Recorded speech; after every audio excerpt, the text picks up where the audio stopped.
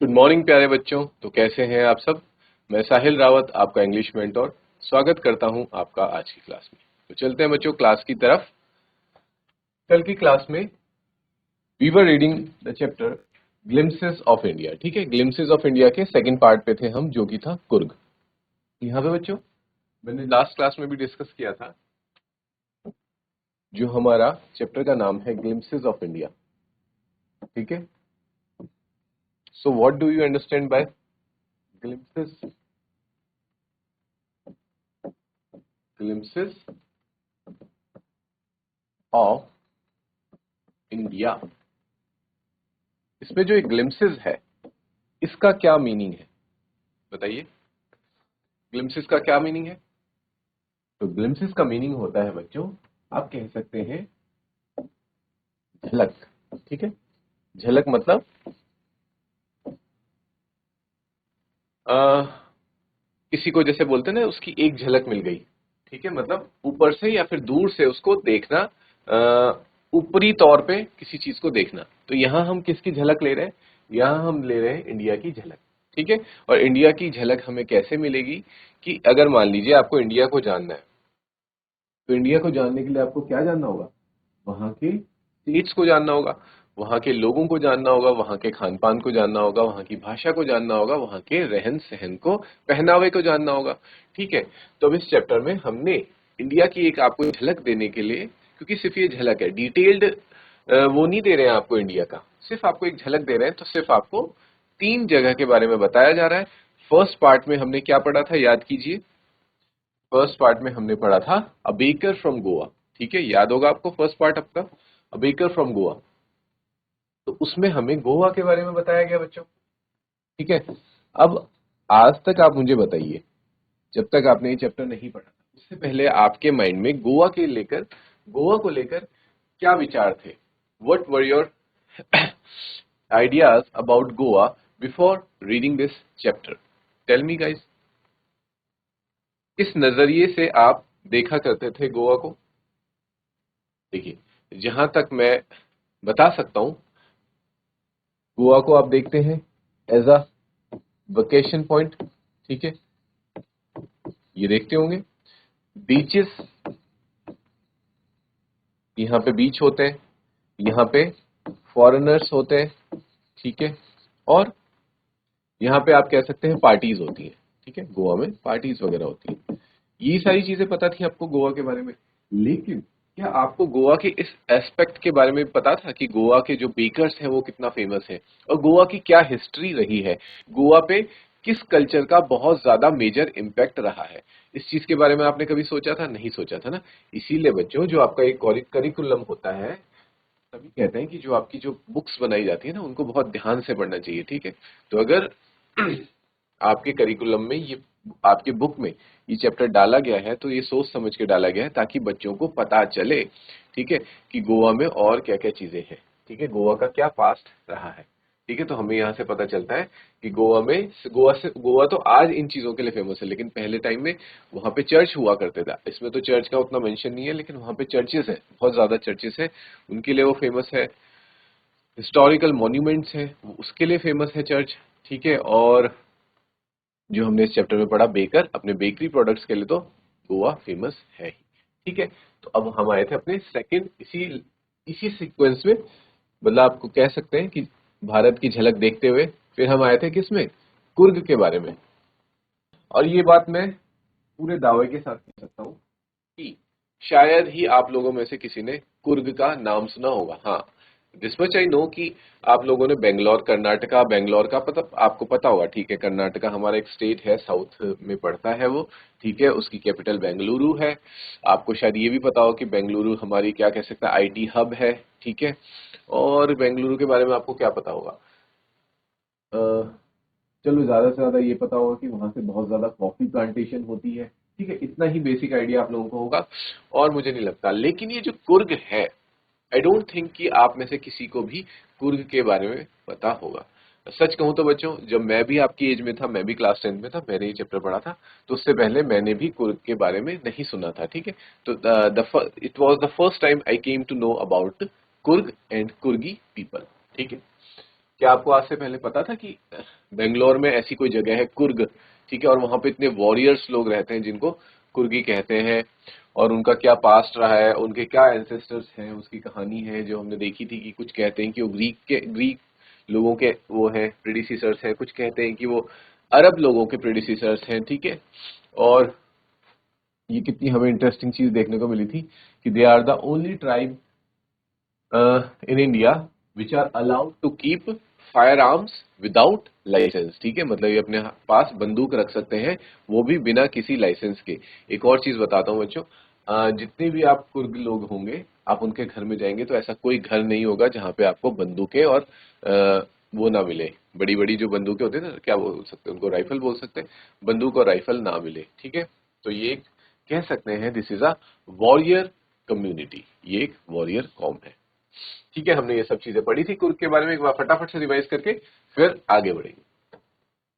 ये कहाँ पड़ता है बता दिया गया था कि बेंगलोर में, मैसूर और मैंगलोर के बीच में ये पड़ता है। इसको हेवन से कंपेयर किया गया, किंगडम ऑफ गॉड से डायरेक्ट होके आया है। ऐसा लगता है कि भगवान का ही कोई साम्राज्य धरती पे उतर चुका है, ठीक है। यहाँ के लोगों के बारे में बताया, इनहेबिटेंट्स के बारे में जो यहाँ रहते हैं, they are the martial man मतलब वॉरियर पीपल।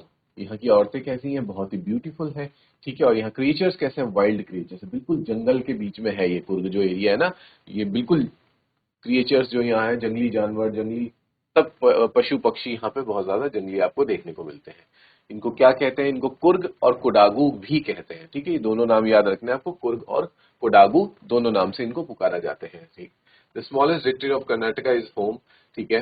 कुर्ग और कोडागू ये क्या है, सबसे स्मॉलेस्ट डिस्ट्रिक्ट है कर्नाटका की, ठीक है, ये एक डिस्ट्रिक्ट है। और ये फेमस किस लिए है सबसे ज्यादा, अपने एवरग्रीन रेन फॉरेस्ट, सदाबहार जंगलों के लिए, जहाँ पे कि रेन फॉरेस्ट होते हैं, ठीक है। ट्रॉपिकल रेन फॉरेस्ट बोल सकते हैं, एवरग्रीन रेन फॉरेस्ट बोल सकते हैं। स्पाइसेस, यहाँ से बहुत ज्यादा मसाले मिलते हैं, और कॉफी प्लांटेशन के लिए तो ये फेमस है ही, ठीक है। अब ये बता रहा है कि जो एवरग्रीन रेन फॉरेस्ट है वो 30% एरिया, 30% एरिया डिस्ट्रिक्ट का, जिले का ये कवर करते हैं, evergreen forest. During the monsoon it pours enough to keep many visitors away, और यहाँ इतनी ज्यादा बरसात होती है मानसून के वक्त कि यहाँ पे कोई भी विजिटर्स आ नहीं सकता, पॉसिबल नहीं है, ठीक है। तो इसलिए बोला गया साफ सीधे कि गलती से भी कुर्ग कभी मानसून में अपना ट्रिप प्लान मत कर देना, ठीक है। अगर आप लोगों को भी ये चैप्टर पढ़ने के बाद कुर्ग जाने की इच्छा होती है, ठीक है, तो कभी ऐसी गलती मत करना, और मानसून के वक्त कुर्ग मत चले जाना। अब ये भी बताया कि कब जाना है फिर, आपको कुर्ग घूमने जाना है तो सितंबर से लेकर मार्च के बीच में जाइए, ठीक है। ये परफेक्ट मौसम है कुर्ग जाने का, ठीक है, बोला भी गया है दिस इज द परफेक्ट। यहाँ पे जब बारिश होती है लेकिन लिमिटेड अमाउंट में बारिश होती है, कि मतलब आपका जो मजा है वो खराब नहीं होगा, बल्कि आपके मजे में और चार चांद ही लगेंगे उस बरसात को, लिमिटेड अमाउंट में हुई बरसात को देखकर, ठीक है। यहाँ पे फिर बताया जाता है कि अगर आप घूमने आ रहे हैं तो आपको क्या क्या देखने को मिल सकता है, हवा में कॉफी की खुशबू सूंघने को मिल सकती है, ठीक है, क्योंकि इतनी ज्यादा कॉफी है तो आपको कॉफी की धीमी धीमी खुशबू हवा में सूंघने को एहसास हो सकता है। यहाँ पे कॉफी के एस्टेट्स, कॉफी के बागान आपको देखने को मिलेंगे। कॉलोनियल बंगलोज किसे कहते हैं, जब जैसे यहाँ पे ब्रिटिशर्स का राज रहा होगा, या जिस भी पोर्चुगीज, फ्रेंच, जिनका भी यहाँ पे राज रहा होगा, तो उन्होंने अपने बंगलो बनाए थे, और उनके बंगलो अभी तक वहां पे बरकरार हैं। और उनको कौन छांव दे रहा है, मैंने कल बताया था, ट्रीज होते हैं ना, बड़े बड़े ट्रीज, तो अगर वो इस तरीके से फैल जाते हैं तो वो एक तरह से क्या काम करने लगते हैं, वो एक शेड की तरह काम करने लगते हैं, वो छाया देने का काम करते हैं, ठीक है। तो वो ऐसे बंगलों को उन्होंने ऐसे ढका हुआ है और पूरा का पूरा शेड वो दे रहे हैं, ठीक है। तो उनको कहा जाता है बच्चों कैनोपीज, ये मैंने आपको कल भी बताया था, कैनोपीज। ये शायद आपने ये टर्म आपके ज्योग्राफी में भी डेफिनेटली पढ़ा होगा, ठीक है, कैनोपीज। और फिर क्या बताया गया कि जो फियर्सली इंडिपेंडेंट, ये हमेशा इंडिपेंडेंट रहते हैं, कौन, कुर्गी लोग, ठीक है। ये अपने आप को कभी किसी का गुलाम बनना पसंद नहीं करते, ठीक है। अब बताया गया था कि ये या तो ग्रीक डिसेंट है या फिर अरेबिक डिसेंट है। इसके पीछे दो कहानियां हैं। ग्रीक वाली कहानी हमने डिस्कस करी थी कि जब अलेक्जेंडर की सेना भारत आई थी और मगध की तरफ कूच कर रही थी, तो क्या हुआ था, एक टुकड़ी साउथ की तरफ चली गई, और वो जो साउथ की तरफ टुकड़ी गई वो वापस, कुछ भी सरकमस्टांसेस रहे होंगे उस वक्त कि वो वापस नहीं जा पाई, ठीक है, और वापस नहीं जा पाई, वहीं रुक गई। उन्होंने डिसाइड किया कि हम यहीं रहेंगे, हम यहीं अपना सेटलमेंट कर लेंगे, और वो वहीं सेटल हो गए। उन्होंने वहीं के लोकल लोगों से शादियां वादियां बनाई, और जिससे कि उनके बच्चे हुए, और वो आगे जाके वहीं पे उन्होंने अपना घर बसा लिया, और वो वहीं के वहीं सेटल हो गए, और वो वहीं कहलाने लगे कि ये यहीं के अब लोकल है। ठीक है, तो एक कहानी ये आती है जो हमें बताती है कि जो कुर्ग पीपल हैं, they are descendants of Greek people. ठीक है, ये ग्रीस से मतलब अलेक्जेंडर के जो वो वंशज थे, इसलिए इनको अलेक्जेंडर के वंशज भी कहा जाता है। इसीलिए तो इनके अंदर वो वॉरियर क्वालिटी अभी भी है। जैसे अलेक्जेंडर क्या था, सिकंदर महान, दुनिया का सबसे बड़ा योद्धा। ठीक है, तो वो क्वालिटी इनके अंदर भी देखने को मिलती है, वो योद्धा वाली क्वालिटी कुर्ग लोगों के अंदर भी है। और दूसरा, इनको अरेबिक क्यों माना जाता है, उसके पीछे दूसरी कहानी है। देखो, उसको समझने के लिए आपको देखनी पड़ेगी इनकी वेशभूषा। ठीक है, ये देखिए इनकी ड्रेस को एक बार ध्यान से। हाँ तो बच्चों, जैसा आप देख पा रहे हैं इसकी ड्रेस को, ये जो ड्रेस है ना, जिस तरीके से इसने एक गाउन पहना हुआ है, ठीक है, और यहाँ पे क्या पहना हुआ है, एक स्कार्फ बांधा हुआ है अपनी वेस्ट में, और जिसपे की एम्ब्रॉयडरी हो रखी है, और सिर्फ एक क्या कह सकते हैं, एक पगड़ी टाइप की बांधी हुई है। ठीक है, नीचे से ट्राउजर्स हैं। तो ये जो ड्रेस होती है ना, ये सेम ऐसी ड्रेस कहाँ भी पहनी जाती है, ये ड्रेस पहनी जाती है आपका, अरबी पीपल इसको पहनते हैं, और दे कॉल्ड इट कुपिया। ठीक है, वो इसको, अरबी लोग जो होते हैं वो इस ड्रेस को पहनते हैं और उसको कहते हैं कुपिया। ठीक है, सॉरी कुफिया, वो इसे कहते हैं कुफिया। और यही ड्रेस आपके कुर्ग पीपल भी पहनते हैं। ठीक है, कुर्ग पीपल भी पहनते हैं और वो उसको कहते हैं कुपिया। तो इनकी जो ड्रेस है ना, वो सिमिलर है, अरबियों की कुफिया और इनकी कुपिया। तो इसलिए लोग ये थोड़ा अंदाजा लगाते हैं कि जब ये सेम तरह की ड्रेस पहन रहे हैं, तो शायद ये कारण हो सकता है कि ये क्या पता अरबियों के डिसेंडेंट्स हो। और ऐसा हो सकता है, क्यों? क्योंकि भारत में आप लोगों को पता है बच्चों, अरबी तो आए थे, अरबी लोग भी भारत आए थे ना, इस बात का तो आपको आपने हिस्ट्री में इतना पढ़ा ही है। तो ठीक है, तो ये भी माना जाता है कि ये शायद हो सकता है अरबी लोगों के वंशज हो सकते हैं। ठीक है, हाँ, तो कुफिया कौन कौन पहनते हैं, अरब्स और कुर्द्स। ये जो बच्चों ये कुर्द्स हैं, ये भी बड़े खतरनाक लोग होते हैं।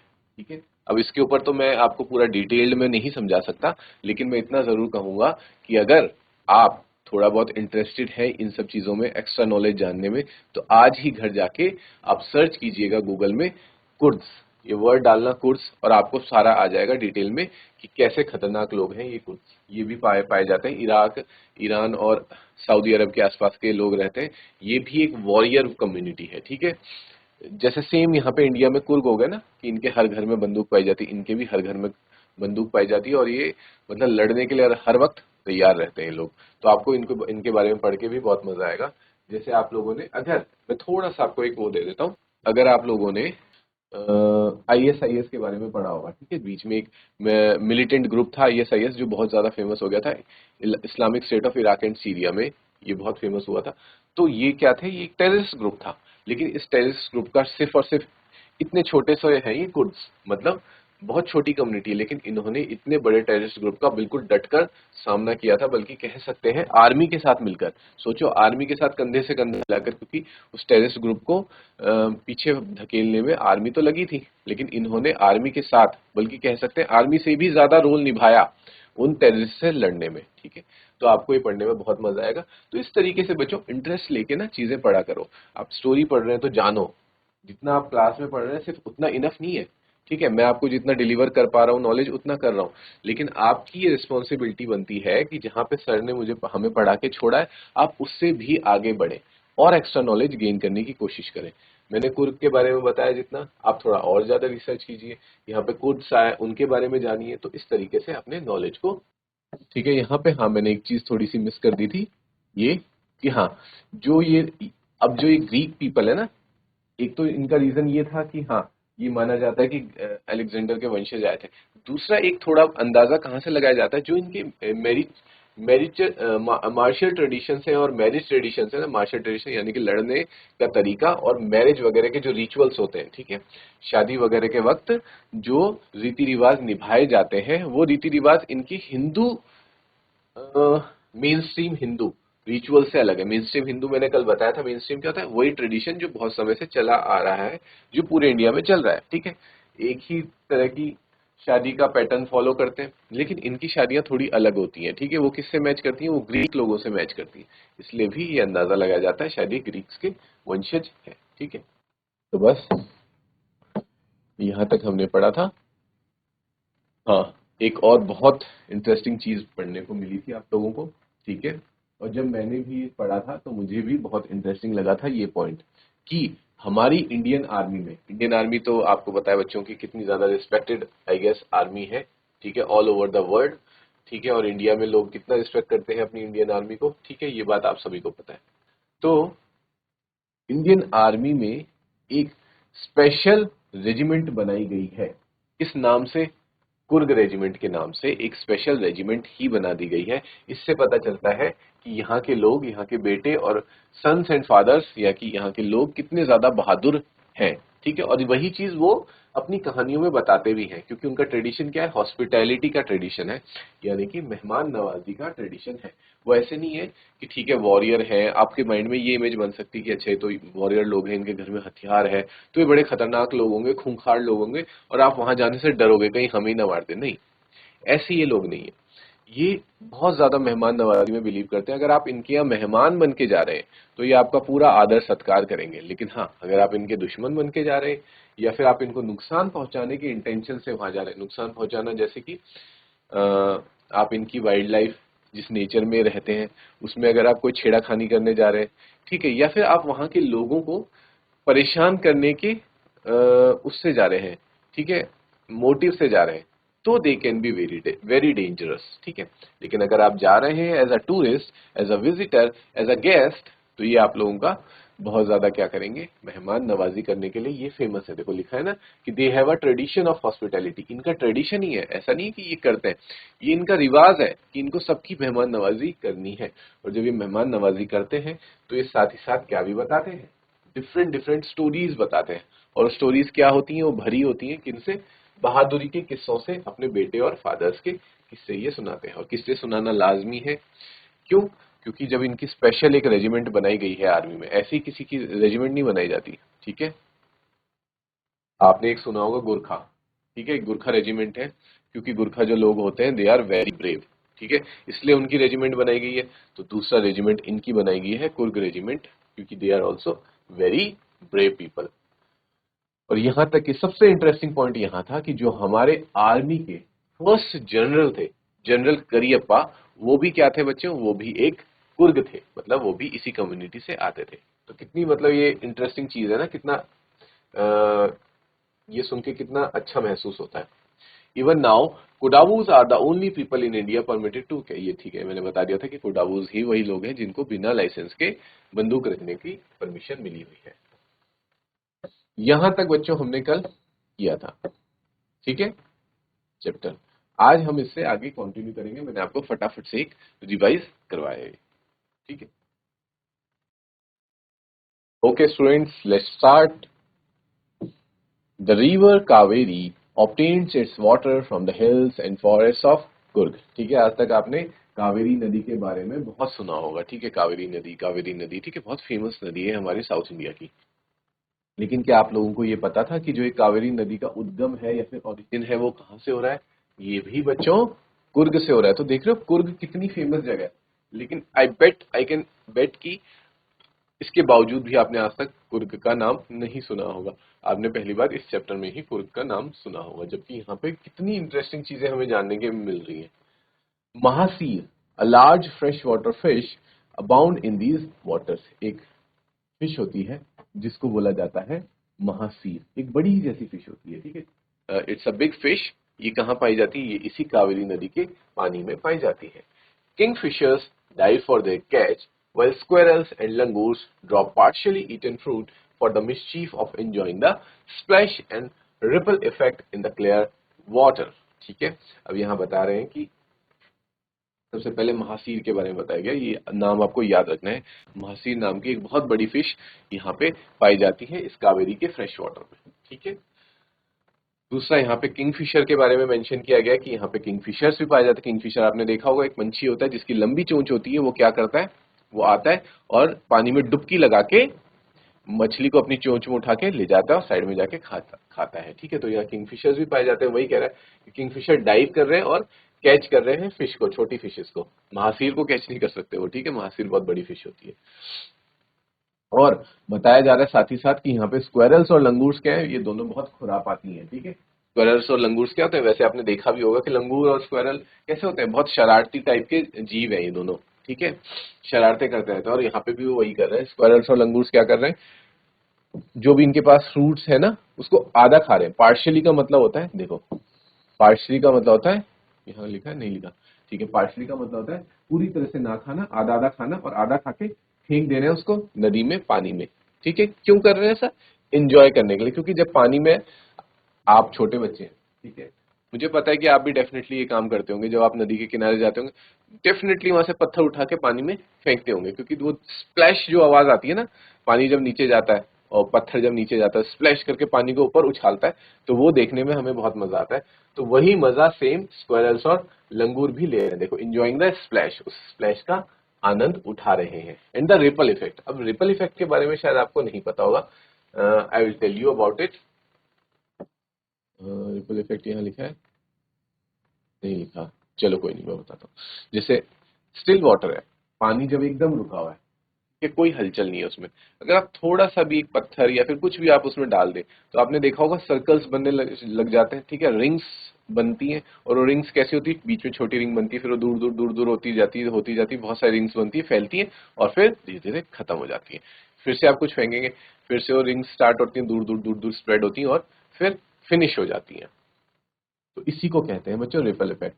तो यही देखने में उनको बहुत मजा आ रहा है, किसको किसको मजा आ रहा है, स्क्वेरल्स को और लंगूर्स इस चीज का मजा ले रहे हैं, स्प्लैश का और ripple effect in the clear water. Clear water क्यों कहा गया है, अब देखो ये भी बताया जा रहा है, इनडायरेक्टली ये हिंट दे दी जा रही है कि वहां पे कावेरी नदी का जो पानी है वो इतना क्लियर है कि वहां पे आप रिपल इफेक्ट को देख सकते हैं। क्योंकि अगर शहर की बात होती तो वहां पे कैसा होता, गंदा पानी होता, गंदे पानी में क्या आप रिपल इफेक्ट देख सकते हैं, नहीं देखने को मिलता। ठीक है, रिपल इफेक्ट को आप सिर्फ और सिर्फ साफ पानी में ही देख सकते हैं। ये क्लियर है। Elephants enjoy being bathed and scrubbed in the river by their mahots। ठीक है, एलिफेंट भी इंजॉय कर रहे हैं साथ ही साथ उस नदी में। एलिफेंट क्या इंजॉय कर रहे हैं, आपको पता है एलिफेंट को सबसे ज्यादा इंजॉय किस में आता है, नहाने में। हाथी को बहुत मजा आता है, तो सूंड से पानी भर रहा है और अपने ऊपर डाल रहा है, और उनको स्क्रब कर करके, रगड़ रगड़ के, स्क्रब का मतलब हो गया रगड़ रगड़ के धो रहे हैं। कौन, उनके माहौस। माहौस आपको पता होगा बच्चों, देख लेते हैं यहाँ पे ना, अगर पिक्चर होगी हमारे पास, नहीं यहाँ नहीं है। महोत्सव होते हैं जो कि हाथियों को चलाते हैं। ठीक है, आपने देखा होगा हाथियों को कंट्रोल करना जिनको आता है, और जो हाथियों के ऊपर बैठ के हाथी चला रहे होते हैं उनको बोलते हैं महोत। ठीक है, तो महोत का रिस्पॉन्सिबिलिटी बनता है कि अपने हाथी को रगड़ रगड़ के नहलाना भी है, ताकि वो देखने में अच्छा लगे। क्लियर है। The most laid back individuals become converts to the life of high energy adventure with river rafting, canoeing, rappelling, rock climbing and mountain biking. ठीक है, अब ये बोल रहा है कि अगर कोई यहाँ पे ना ऐसा व्यक्ति आ जाए, कैसा, most laid back. Laid back का मतलब देखिए यहाँ लिखा गया है साइड में, लेड बैक का मतलब था बहुत रिलैक्स पर्सन, नॉट इन अ हरी, मतलब जो जल्दबाजी में नहीं है, कह सकते हैं आप यहाँ पे बहुत सुस्त तरीके का इंसान, आलसी ढीला ढाला इंसान, जो कि हर वक्त कैसा रहता है, आलस में रहता है। अगर आप ऐसे इंसान को भी कुर्ग में लेके आ जाएंगे, है ना, तो वो भी कन्वर्ट हो जाएगा किसमें, एक हाई एनर्जी एडवेंचरस पर्सन के अंदर। क्यों हो जाएगा, उसका रीजन दे रखा है कि यहाँ पे इतनी सारी एडवेंचरस एक्टिविटीज हैं करने के लिए, परफॉर्म करने के लिए, कि अगर आप किसी भी इंसान को ले आइए जिसका कि बिल्कुल मन ना करता हो बेड से उठने का भी, वो भी बहुत खतरनाक एडवेंचर करने लगेगा। अब उनका बताइए, बता रखा है एग्जाम्पल, जैसे कि क्या है वो हाई एनर्जी एडवेंचर। क्योंकि जब कोई एडवेंचर वर्क हम करते हैं ना, इसके पीछे की साइंस में आपको थोड़ा सा बता, ठीक है, जब हम कुछ खतरों से भरा काम, ठीक है, रिस्क वाला काम करते हैं, तो हमारी बॉडी के अंदर क्या होता है बच्चों, एक एड्रेनलिन ग्लैंड होती है जो कि सिक्रीट करती है एड्रेनलिन हार्मोन। ये आपने बायोलॉजी में पढ़ा होगा। और वो एड्रेनलिन हार्मोन क्या होता है, फ्लाइट और फाइट हार्मोन, या तो लड़ो या तो भागो, वो हार्मोन हमारे अंदर रिलीज होता है। तो जब भी, और हमें ना हमारी बॉडी को बहुत अच्छा महसूस होता है उस वक्त, डोपामिन का वो हमें मिलता है, काइंड ऑफ कह सकते हैं खुशी सी मिलती है जब हम कुछ ऐसा एडवेंचर वाला काम करते हैं। वो एडवेंचर क्या क्या है यहाँ पे देख लेते हैं। एक तो हो गया रिवर राफ्टिंग, ठीक है, रिवर राफ्टिंग है। रिवर राफ्टिंग बहुत ही एडवेंचरस एक्टिविटी है। अगर, हाँ, ये शर्त है कि सेफ्टी का पूरा ध्यान रखा जाए तो रिवर राफ्टिंग एक बहुत ही अच्छी, बहुत ही एडवेंचरस एक्टिविटीज है। जो लोग उत्तराखंड से हैं उनको पता होगा कि उत्तराखंड में बहुत सी जगहों पे रिवर राफ्टिंग होती है, ठीक है बच्चों। और हमारा ये कह सकते हैं ऋषिकेश, ऋषिकेश में शिवपुरी फेमस है रिवर राफ्टिंग के लिए, ठीक है। तो यहाँ दूर दूर से टूरिस्ट आते हैं रिवर राफ्टिंग करने। तो खैर छोड़ो ऋषिकेश को, अभी बात हो रही है कुर्ग की। तो कुर्ग में रिवर राफ्टिंग बहुत फेमस है। कैनोइंग, कैनोइंग क्या है, कैनोइंग देख लेते हैं। Travelling in a river in a canoe a large narrow boat. आपने देखी होगी बच्चों, एक ऐसी पतली सी बोट होती है, ठीक है, पतली सी बोट होती है और उसमें सिर्फ और सिर्फ एक ही आदमी बैठता है। एक ही आदमी बैठ के उसको, और ऐसे लंबे लंबे से दो चप्पू होते हैं उनसे चला रहा होता है, ठीक है, ऐसे ऐसे करके उसको चला रहा होता है। छोटी सी होती है और लेकिन पतली और छोटी होती है। एक उसको बोलते हैं कैनोए, ठीक है, कैनोए को चलाना, और इस एक्टिविटी को बोलते हैं कैनोइंग, ठीक है। रैपलिंग, रैपलिंग क्या होता है, going down a cliff by sliding down a rope. मतलब पहाड़ से नीचे उतरना। कैसे, कैसे उतरना, एक रस्सी से स्लाइड होते हुए नीचे उतरना, इसको बोलते हैं रैपलिंग। ये भी होता है यहाँ पे। रॉक क्लाइंबिंग, पहाड़ में ऊपर की तरफ चढ़ना रस्सी की मदद से, ये भी होता है यहाँ पे। और क्या है, माउंटेन बाइकिंग। माउंटेन बाइकिंग का नाम सुन के तो जितने भी लड़के उनके कान खड़े हो गए होंगे, है ना, क्योंकि बाइक चलाने का शौक होता है लड़कों को, ठीक है, और वो भी माउंटेन में चलाने को मिल जाए एक माउंटेन बाइक, तो कितना मजा आएगा, ठीक है। तो देख रहे हो बच्चों कितने हाई एनर्जी एडवेंचर्स है यहाँ पे। यहाँ पे एक पिक्चर भी दे रखी है, एक बास्केट सेलर फ्रॉम कुर्ग, ठीक है, ये कोई बास्केट सेलर है, यहाँ पे ये बास्केट भी बेचते हैं कुर्ग में। Numerous walking trails in this region are a favourite with trekkers. और सिर्फ यही नहीं है, किसी लोगों को हो सकता है ये एडवेंचर एक्टिविटीज ना पसंद हो, लेकिन उनको चलना पसंद हो, उनको ट्रैकिंग करना पसंद हो, पहाड़ों में चढ़ना पसंद हो, तो उसके लिए भी ऑप्शन अवेलेबल है। यहाँ पे वॉकिंग ट्रेल्स है, मतलब ऐसे रास्ते बनाए गए हैं जहाँ पे लोग क्या कर सकते हैं, वॉक कर सकते हैं, ट्रैकिंग कर सकते हैं with favourite tractor, favourite with trekkers. यहाँ तक क्लियर है बच्चों। हाँ, ट्रेल्स का देखो यहाँ मीनिंग लिखा है ना, पाथ क्रिएटेड बाय वॉकिंग। आपने देखा होगा गांव में अगर आप जंगलों में जाते हैं तो, अगर ऐसा जंगल का कोई रास्ता नहीं होता, लेकिन अगर वहां से लोग गुजरते रहते हैं ना, डेली अप डाउन कर रहे हैं, या फिर वहां से जानवर इधर उधर ट्रेवल कर रहे हैं, तो अपना खुद ब खुद रास्ता बन जाता है। तो उसी बने हुए रास्ते को, ये एक मैनमेड नहीं कह सकते, लेकिन एक तरीके का नेचुरल ही रास्ता बन जाता है, उसी को कहते हैं ट्रेल्स, ठीक है। लोग वहां पे रोज आते जाते रहेंगे तो एक काइंड ऑफ रास्ता बन जाता है automatically, that is called trails. यहां तक क्लियर है। Okay, students, let's move ahead. Birds, bees and butterflies are there to give you company. ठीक है, हाँ, अब ये बता रहे हैं कि अगर इस ट्रैक में ना आप आगे बढ़ते हैं तो ऐसा नहीं कि आप उस ट्रैक में अकेले चलेंगे, वहां पे आपके साथ कौन कौन कौन चलेंगी, चिड़िया आपको मिलेंगी, बीज मक्खियां आपको मिलेंगी, बटरफ्लाइज तितलियां भी आपके साथ साथ चलेंगी उस रास्ते में।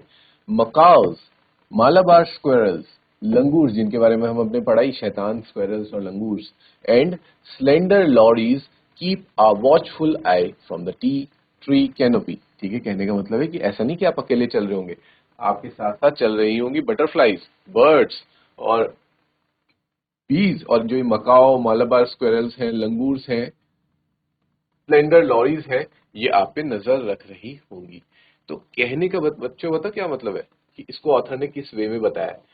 वो इस चीज को सिंपल ऐसे भी बता सकता था कि बच्चों वहां पे बर्ड्स हैं, बीज हैं, बटरफ्लाइज हैं, मकाओस पाए जाते हैं वहां पे। अब आपका काम क्या है, मैं आपको होमवर्क दे रहा हूँ क्योंकि मैं आपको यहाँ नहीं दिखा पाऊंगा, it's not possible to show you over here, so I am giving you this homework कि आप घर जाके मकाओस को सर्च करेंगे गूगल पे, मालाबार स्क्वेरल्स को सर्च करेंगे गूगल पे, लंगूर्स को स्क्वेरल सर्च करेंगे। वैसे आपने लंगूर्स तो आई गेस देखे ही होंगे, लेकिन मकाउस और मालाबार स्क्वेरल्स नहीं देखे होंगे। और तीसरा, स्लेंडर लॉरीज कैसी होती हैं, इनको भी आप देखेंगे गूगल में सर्च करके, ठीक है। तो ये बताना चाह रहा है ऑथर कि ये सारे एनिमल्स और बर्ड्स वहां पे पाए जाते हैं। I do however prefer to step aside for wild elephants। और साथ ही साथ ये भी बता रहा है कि आप ठीक है एंजॉय करने तो जा रहे हैं, लेकिन ऐसे भी एंजॉय मत करने लग जाना, क्योंकि वहां पे क्या है, वाइल्ड एलिफेंट्स, जंगली हाथी भी हैं, तो उनसे थोड़ा सतर्क रहना, ठीक है। The climb to the Brahmagiri hills brings you into a panoramic view of the entire misty landscape of Coorg. और आप जब चलते चलते चलते चलते ब्रह्मगिरी हिल्स में आप चल रहे हैं, उसके आप टॉप पे पहुंच जाएंगे तो वहां पे आपको क्या मिलेगा, पेनोरमिक व्यू देखने को मिलेगा। पेनोरमिक व्यू आपको पता है बच्चों क्या होता है, एक वाइड व्यू, एक वाइड एंगल पे देखने को जो व्यू मिलता है उसको बोलते हैं पेनोरमिक। ये फीचर आपके फोन में भी होता है ना, पेनोरमिक व्यू वाला फीचर। तो वहां से आपको पूरा का पूरा कुर्ग अपने सामने देखने को मिलता है जब ब्रह्मगिरी हिल्स के टॉप पे पहुंचते हैं। A walk across the rope bridge leads to the 64-acre islands of Nisarga धाम। और वहीं से अगर आप थोड़ा सा वॉक करके जाएंगे, वहां पे रोप ब्रिजेस है, ठीक है, रोप ब्रिजेस है। इन रोप ब्रिजेस को भी आप सर्च करना, रोप ब्रिजेस ऑफ, ठीक है। ये आपका, ये सारी चीजें आपकी होमवर्क है जो मैं आपको दे रहा हूं, और ये आपको करना है, रोप ब्रिजेस ऑफ कुर्ग।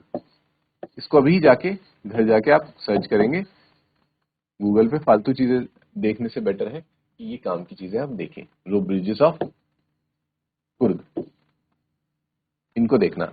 और वहां से थोड़ा सा वॉक करके अगर आप इन रोप ब्रिजेस से होते हुए जाते हैं आगे, तो आप कहां पहुंचते हैं, एक 64 एकड़ के आइलैंड में पहुंच जाते हैं। 64 एकड़ का एक आइलैंड है, ठीक है बच्चों। बहुत बड़ा आइलैंड नहीं है, क्योंकि 64 एकड़ कोई बहुत बड़ा लैंडमास नहीं होता, छोटा सा एरिया होता है। तो ये छोटा सा आइलैंड, अब आपके दिमाग में ये क्वेश्चन आ रहा होगा या फिर आ रहा होना चाहिए, ठीक है, कि सर आपने बताया कि कर्नाटका, जो कुर्ग है वो कर्नाटका में है, और कर्नाटका कोई आइलैंड वाइलैंड तो है नहीं वहां आसपास, ठीक है। तो फिर यहाँ पे कुर्ग में आइलैंड कैसे आ गया? तो कुर्ग में आइलैंड इसलिए आ गया बच्चों, ये समुद्र वाला आइलैंड नहीं है। ये कैसा आइलैंड है? ये हमने अभी पढ़ा था, यहाँ से कौन सी रिवर क्रॉस हो रही है, कावेरी रिवर।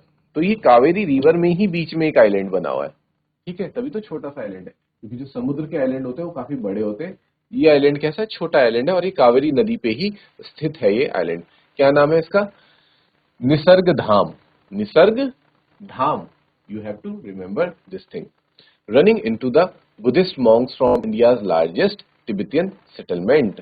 अब देखो यहाँ पे सिर्फ कुर्ग लोग नहीं रहते, ये भी देखने वाली बात है कि इस आइलैंड में यहाँ पे इंडिया के सबसे ज्यादा तिब्बतियन सेटलमेंट्स हैं, तिब्बती लोग भी यहाँ पे रहते हैं, ठीक है। और वो भी कैसे? बुद्धिस्ट मॉन्क्स, जो कि बुद्धिस्ट साधु हैं। एट नियर बाय बायला कुप्पे, वहां पे क्या है, एक जगह है बायला कुप्पे, जहां पे क्या है, ये बुद्धिस्ट मॉन्क्स रहते हैं।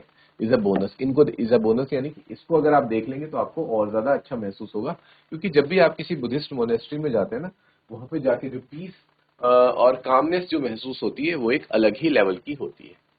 The monks in red, ochre and yellow robes are amongst the many surprises that wait to be discovered by the visitors searching for the heart and soul of India right here in Coorg, ठीक है।